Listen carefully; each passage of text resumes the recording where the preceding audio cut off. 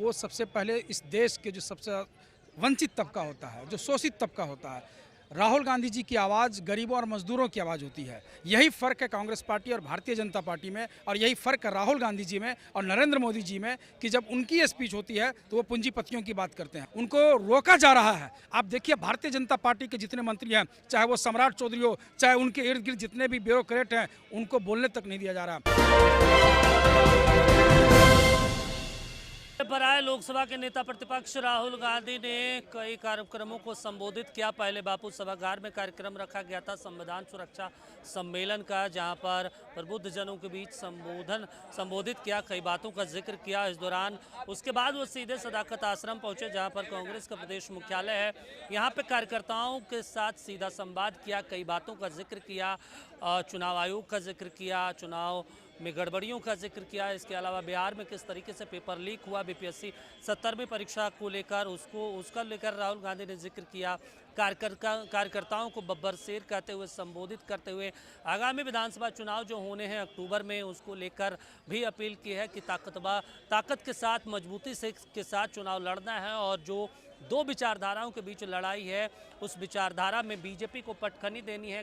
राहुल गांधी ने कई अहम बातों का जिक्र किया है। वो जो कार्यकर्ता हैं जो राहुल गांधी के संबोधन को सुनकर निकले हैं, उनसे भी थोड़ा सा जानने का प्रयास करेंगे कि राहुल गांधी जो अपने संवाद के जरिए, संचार के जरिए कार्यकर्ताओं में जोश जगाने का प्रयास किया है, वो समझ लेते हैं कि कितना सफल रहे। सर इधर राहुल गांधी बहुत कुछ बातों का जिक्र किए, चुनाव आयोग, बिहार चुनाव आगामी, और कार्यकर्ताओं में जोश जगाने की कोशिश, बब्बर शेर, कैसे देख रहे हैं? नहीं देखिए, राहुल गांधी जी जो भी बातचीत हम लोगों के दरमियान करते हैं और उनकी जो स्पीच होती है, वो सबसे पहले इस देश के जो सबसे वंचित तबका होता है, जो शोषित तबका होता है, राहुल गांधी जी की आवाज़ गरीबों और मजदूरों की आवाज़ होती है। यही फ़र्क है कांग्रेस पार्टी और भारतीय जनता पार्टी में, और यही फ़र्क है राहुल गांधी जी में और नरेंद्र मोदी जी में कि जब उनकी स्पीच होती है तो वो पूंजीपतियों की बात करते हैं, वो अंबानी अडानी की बात करते हैं, वो देश को ऐसे मजबूत लोगों की बात करते हैं जहाँ गरीबी कोई दूर दूर तक का वास्ता नहीं पड़ता है। लेकिन राहुल गांधी जी किसानों की बात करते हैं।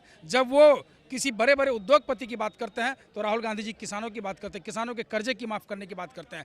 यही फ़र्क हमारी पार्टी और भारतीय जनता पार्टी में है।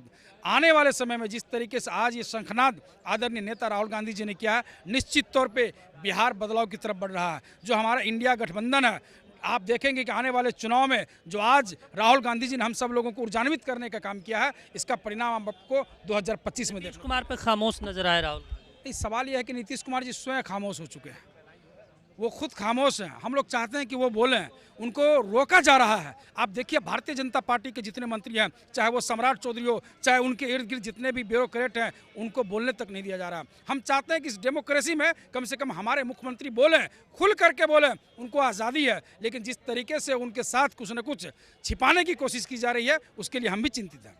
तो चिंतित हैं, और भी कार्यकर्ताओं से बातचीत करेंगे कि राहुल गांधी ने क्या कुछ संदेश दिया है और उसका असर अब धरातल पे कितना देखने को मिलेगा और क्या कुछ असर होने वाला है। देख लीजिए कांग्रेस पार्टी के नेता। सर इधर राहुल गांधी सीधा कार्यकर्ताओं को बब्बर शेर कहते हुए जिक्र किया, कैसे देख रहे हैं? लग रहा है बिहार विधानसभा में कुछ बड़ा होने वाला है। नहीं तो राहुल गांधी तो स्पष्ट बोले कि इंडिया गठबंधन को मजबूत करना है, इंडिया गठबंधन के साथ ही चलना है। गठबंधन को मजबूत करना है। राहुल गांधी लालू यादव से मुलाकात नहीं होती, वो तो ये अपना कार्यक्रम में आए हैं, इनका एनजीओ का कार्यक्रम वहाँ। नेता प्रतिपक्ष अगर किसी राज्य में आ रहे हैं, देश के नेता हैं, तो कोई ज़रूरी नहीं कि सब लोग से मिलें। पार्टी के कार्यकर्ता सम्मेलन, लोग लालू यादव तो है नहीं। देखिए लालू यादव का अपना सम्मेलन था, वो भी व्यस्त थे। राहुल गांधी का अपना कार्यकर्ता सम्मेलन था, बापू सभागार में सम्मेलन था। ये अपना कार्यक्रम में आए हैं, अभी सबको चल रहा है अपना अपना, लेकिन संकेत तो दे दिए हैं कि इंडिया गठबंधन को मजबूत करना है। चलिए, तो बिल्कुल आपको लग रहा है सर राहुल गांधी का ये मैसेज कुछ बड़ा करने जा रहा है बिहार चुनाव? ये राहुल गांधी का जो आगमन बिहार में हुआ है, इससे पूरे बिहार उत्साहित है।